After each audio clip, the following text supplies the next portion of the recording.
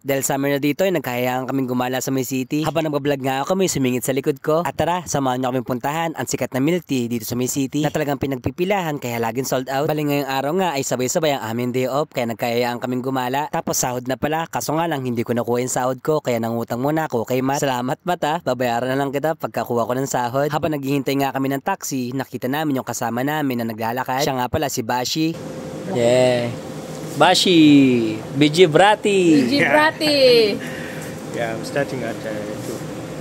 Konting kwentuhan lang habang wala pa hinihintay namin taxi. Maya-maya lang nagulat kami dahil may lumalabas sa taxi sa may aming accommodation. Doon pala siya dumiretso. Nag-send naman kami ng picture kung nasaan ang aming location. Nasanay siguro siya na doon lagi naghahatid. Kaya akala niya nandun kami sa may accommodation namin. Alam nyo ba na first time ko makapunta sa May City dito? Sinasabi doon nila na maganda doon maglibot. Kaya kahit malayo, okay lang. Basta masulit namin yung paglilibot doon. Dahil nga Friday ngayon, marami daw tao. Siya nga pala, bibili rin pala kami ng pagkain doon. Nabalitaan ko rin na meron daw doon mga Pinoy store. Habang nagbibiyahe nga kami, may nakita ko mga kotse na nayupi. Alam nyo ba mga arepa, dito sa may Euro or sa ibang bansa, kapag ang sasakyan nila ay nasira na, hindi na nila pinapaayos, binibenta na lang, pinapayupi na lang nila, tapos bibili sila ng bagong sasakyan. Dahil yung nasa isip nila, kapag nasira na tapos pinaayos, masisira daw uli. Kaya mas okay na bumili lang sila ng bagong sasakyan nila. Matapos ng mahabang biyahe namin ay nakarating na kami sa may train station. Dapat nga idediretso na kami doon, kaso nga lang mas mahal kapag nakataxi, kaya mag-train na lang kami dahil mas mura pa. Pagpasok namin sa may train station ay bumili agad kami ng mga ticket. Buti na lang kasama ko si Ate Rose kasi siya yung nakakaalam kung paano bumili ng ticket at paano ba sumakay sa may train dito. Alam ko may naninibago sa inyo at nagtataka kung bakit iba na yata yung lugar na napupuntahan ko at kung nasaan na nga ba ako. Soon malalaman nyo rin mga karepa. Ito yung bagay na mali pero tama. Mga ilang oras lang ay dumating na yung train na sasakyan namin. Magbibiyahe nga pala kami ng 30 minutes papunta doon sa May City. May oras pa ako para matulog kasi kahapon alas 10 na ako nakatulog. Late kasi yung pag-uwi namin. Pero day off ko, syempre wala pa rin pahinga kasi gagala kami. Nakarating na rin nga kami sa May City at napakaganda dito mga karepa. Napakaraming ang tao. Sabi nga sa akin ni Ate Rose, hindi lang puro trabaho, gumala rin daw kami. At kapag sahod, kumain na masarap. Dahil pagkatapos ng sahod, balik itlog at noodles na naman kami. O sa mga OFW dyan, alam nyo na yan, di ba? Dito nga, habang naglalakad kami, may sumingit sa may vlog ko. Nagulat din ako doon. Nagkatinginan nga kami at bigla kami nagtawanan. Si Matt naman, enjoy na enjoy. Umupo doon para magpa-picture. Alam nyo ba mga karepa? Dito sa may Europe, pare-parehas ang mga building. Kung mapapansin nyo, ay luma yung mga itsura sa labas, pero pagpasok mo ay maganda sa loob. Nakakamangha talaga mga gusali dito. Kaya sa mga mag-a-abroad dyan, swerte nyo pag napunta kayo sa may Europe. Bukod sa makakapagtrabaho na kayo dito, makakagala rin kayo sa magagandang mga view at mga lugar dito. Hinintay ko nga pala ang pagdaan ng tram. Namamangha kasi ako mga karepa, napakaganda ng tram nila dito. Balita ko nga magkakaroon din neto sa may Pinas. Alam nyo ba, kapag meron na sa Pinas neto, napakaganda na. Siguradong makakaiwas ka sa may traffic at makakarating ka kagad sa may trabaho. Medyo nagutom na nga yung mga kasama ko kaya nagkahayaan silang kumain sa may Japan restaurant. Sabi nga na Ate Rose, masarap daw ang pagkain dito. Punong-puno daw talaga ang serving ng pagkain kaya mabubusog daw kami. Medyo may pagkamahalan pero alam nyo naman pag nasa abroad na. Kaya kayo, pagkagala kayo at gagastos kayo, huwag nyong i-convert yung pera natin sa pera ng ibang bansa. Naku, sigurado, mapapakamot ka talaga. Ramen nga pala yung kinain namin. Pork yung order ko at si Ate Rose. Tapos si Matt naman ay sa kanya naman ay bacon. Sa sobrang dami nga na laman, hindi namin maubos. Pagkatapos nga namin kumain, lumabas na kami. Nagaya nga pala si Ate Rose na pumasok sa may mall. Meron daw kasi siyang titignan at baka daw bumili rin siya. Mahaba pa naman ang oras namin kaya kahit magtagal kami dito, okay lang. Dito kami pumunta sa may Notino. Titingin daw siya ng pabango. Ewan ko ba kay Ate Rose, halos hindi niya alam kung ano bang pipiliin niya. Lahat na yata ng pabango dito, na testing na niya at naamoy na niya. Sa wakas ngayon nakapili na rin siya kaya lumabas na kami. Itong binili daw niya ay gift niya para sa sarili niya. Ganun naman talaga, deserve naman natin yon. Tulad nga ng sabi ko, dahil masipag tayo. Dumaan nga muna pala kami sa may Asian store. Kumuha na rin ako ng basket, baka meron din ako mabili dito. Pagpasok ko, nakita ko na meron din pala mga Pinoy food dito. Grabe, natutuwa talaga ako kasi nakakita ako ng pagkain nating Pinoy. May nakita nga akong glutinous, makapagbilu-bilo ako. Tapos may nakita rin ng ramen at samyang yung kinakain ko maanghang. Mahilig kasi ako sa mga noodles na meron sabaw. Pero syempre, limitado lang dahil bawal yon kapag inaraw-araw. Pagkatapos kong pumili, dumiretso ako sa may counter para magbayad. Tapos lumabas na rin ako. Wala na daw kami pupuntahan sa may loob ng mall kaya lumabas na kami at pupunta na kami sa may sikat na milk tea dito. Yung sinasabi ni Ate Rose na pinipilahan kaya laging sold out. Kaya dapat daw maaga. Medyo bibitinin ko muna kayo. Hintayin nyo na lang ang karugtong ng video na to. Maraming salamat sa panonood.